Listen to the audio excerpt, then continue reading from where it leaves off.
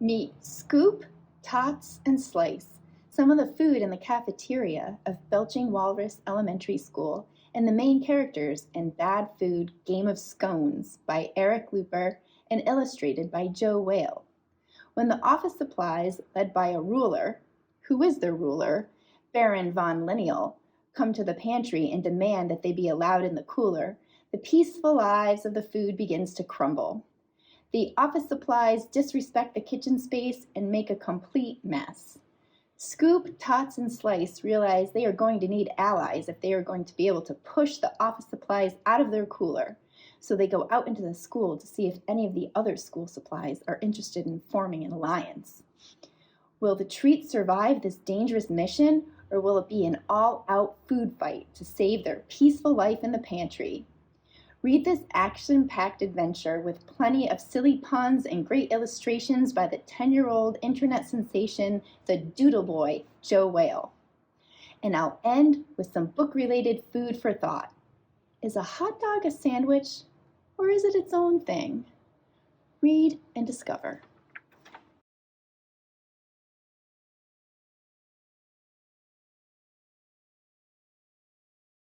The Bright Family by Matthew Cody and Derek Brooks. What if your parents were some of the smartest people on the planet? For Nia and Jaden Bright, their parents are just that. Their mom is a world-famous adventure scientist, often saving the world in outer space, and their dad is a Nobel Prize-winning inventor. This all sounds awesome, but what it really means to Nia and Jaden, who are smart in their own right, is that their parents are pretty busy. The robot nanny Dusty often takes care of them. And also, it's just hard to live up to everyone's high expectations when your parents are superstars. So one night, things go very wrong when Nia tries to run away. Mr. and Mrs. Bright end up accidentally disappearing through a dimension portal that Mr. Bright was working on. And so the multiverse adventures begin. Nia and Jaden have no choice but to jump into the portal in order to rescue their parents. The problem is they could be anywhere in all of the worlds. You'll meet all sorts of creatures, like a giant kaiju, as the Bright kids search for their parents. Will everyone make it home? And how much trouble will the Bright family cause as they bounce from world to world? Check out this graphic novel to find out how this adventure ends.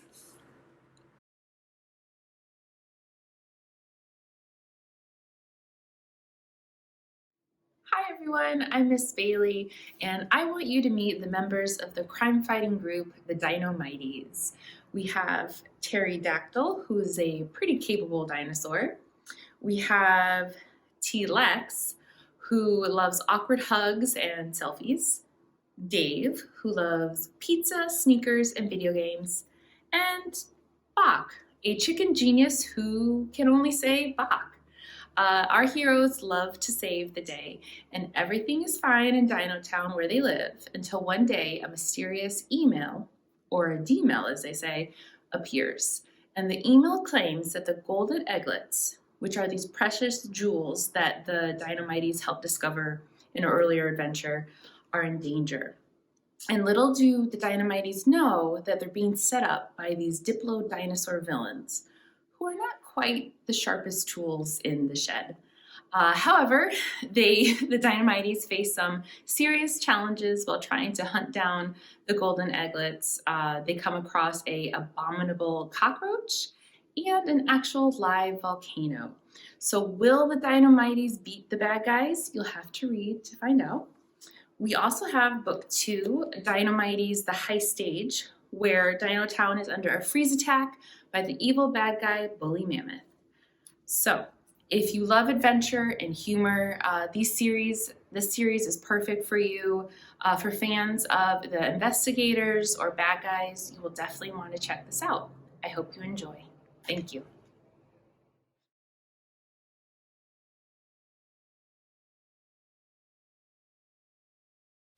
You first meet Hope when you start reading Hope, Project Middle School by Alyssa Milano and Debbie Regard, illustrated by Eric Keyes.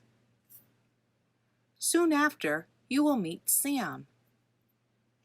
As you read, you will find they are very different, for Hope loves science and Sam loves theater. In spite of their differences, they are best friends and have been since kindergarten. Hope and Sam are about to start JFK Middle School, and they are real nervous for 3 reasons. 1. Their new school is big, so big in fact that 3 elementary schools come together. 2.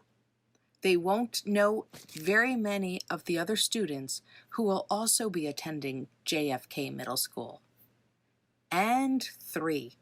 Hope and Sam have always been in the same class together, but this year they won't have any classes together at all. Hope goes to her classes and is very excited at first. Things just don't go well for her.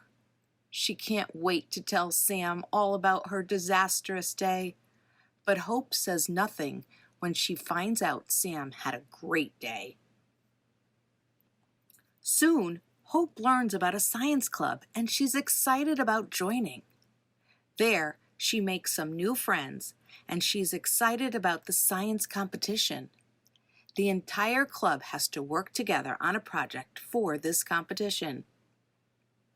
Working together with a group of other students isn't so easy when you have to deal with Connor, the bully, or others who won't listen to the girls.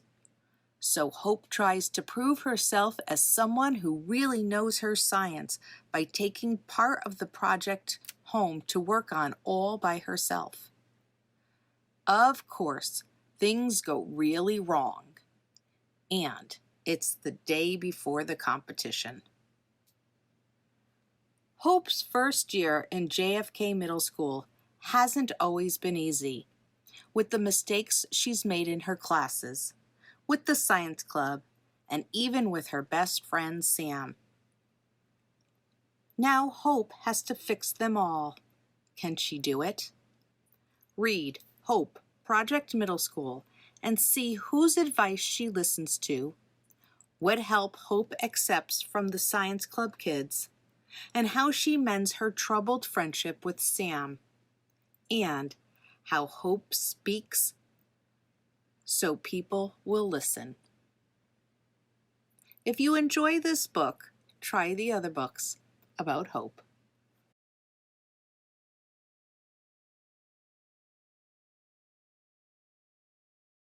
Another book I can't recommend enough is My Pet Slime by Courtney Sheinmel. So this is the very first book in a brand new series of early chapter books. This is the story of Piper, a 3rd grade girl who has always wanted a pet of her own. But unfortunately, she's allergic to pretty much everything cute and cuddly. And when all the kids during show and tell decide they're going to bring in pictures and talk about their pets next class, Piper is feeling extra down. So later that night, in order to help herself feel better, she makes some slime to play with and models it into what would be her perfect pet. But a slime pet just really turns back into a blob after some time. That is, until she accidentally spills some space dust her grandmother gave her onto her slime, and her slime pet comes to life. Now Pepper has to learn how fun, challenging, and messy it can be to care for a pet, especially one made out of slime. This is a super cute story with some really fun, awesome illustrations scattered throughout the book as you read. This story will leave you though with a cliffhanger ending, so make sure to check out the sequel, Cosmo to the Rescue, as well as the 3rd book in the series, Saving Cosmo. Plus, at the very end of the book, you'll find Pepper's slime recipe and a very cool bonus story about a real-life living slime.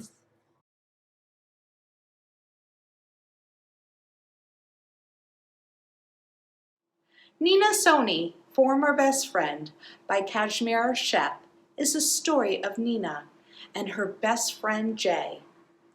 They are in the same class together. One day, Nina accidentally knocks Jay's pirate ship off the table. The pirate ship is a project Jay had done, and now it is broken into pieces. Nina and Jay stopped talking after that day. How mad is Jay about his pirate ship project being ruined? Will Nina and Jay ever be friends again?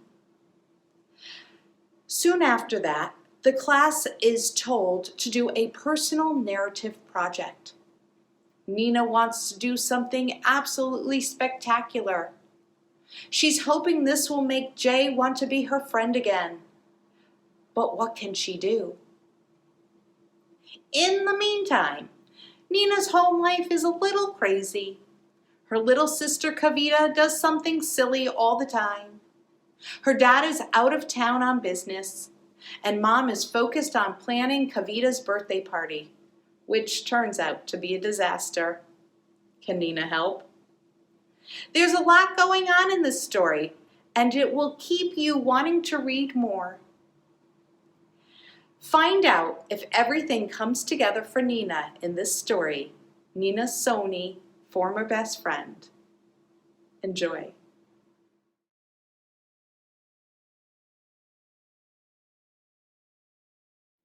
Okay, the next book I'd like to talk to you about is called Prehistoric Pets. It's written by Dr. Dean Lomax. It's illustrated by Mike Love. This is a non-fiction book. If you've ever wondered where our modern pets came from, this informative book gives you information about modern pets and their prehistoric ancestors. Let's take a look. All right, here's a parakeet. Okay, so it gives you some facts about parakeets and some other birds, and gives you their ancient ancestor, which is the velociraptor. How many of you have a pet goldfish? All right, so here's the goldfish, and here's some other fish that live in the sea. And we have our ancient fish, which is pronounced Lazithus.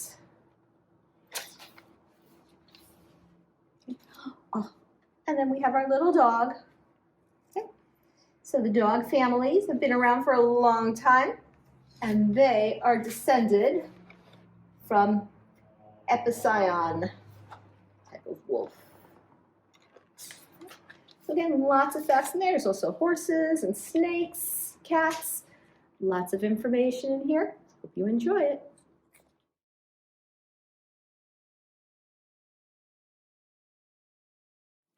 Hi, Miss Beth here today to talk to you about a great graphic novel called Trubble Town, Squirrels Do Bad by Stephan Pastis. It's a graphic novel. It is very, very funny. In this story, self-named Wendy the Wanderer wants to travel and sneaks the chance when her overprotective father goes on a business trip and leaves her with an inattentive babysitter. She heads into the town of Trubble and buys a mushi, which is a steaming cup of hot chocolate stuffed with 40 marshmallows.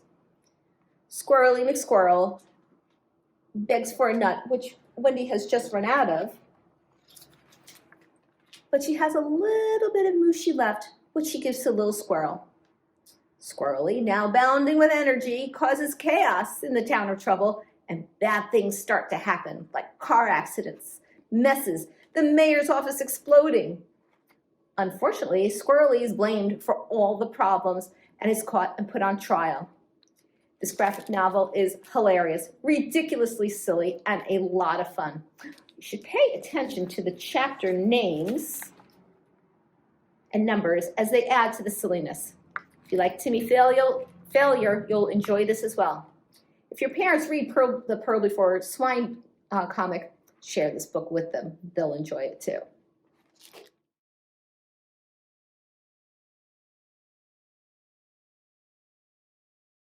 When Pigs Fly, a Bat Pig book by Harrell, is a funny comic book adventure with 3 stories about Gary Yorkshire, also known as Bat Pig, and his friends Brooklyn, a bat, and Carl, a fish. The first story includes Bat Pig's origin story, or how he went from being ordinary Gary Yorkshire, a sandwich-loving, video game-playing, comic book enthusiast, 6th grade pig, to Bat Pig, crime-fighting superhero. In story 2, you will see if Carl can improve his secret-keeping skills, and in story 3, Bat Pig tackles the supervillain the Butcher and the super brat, his little cousin Mervyn. You will love this graphic novel if you enjoy silly stories or friendship stories and are not offended by lots of bathroom humor.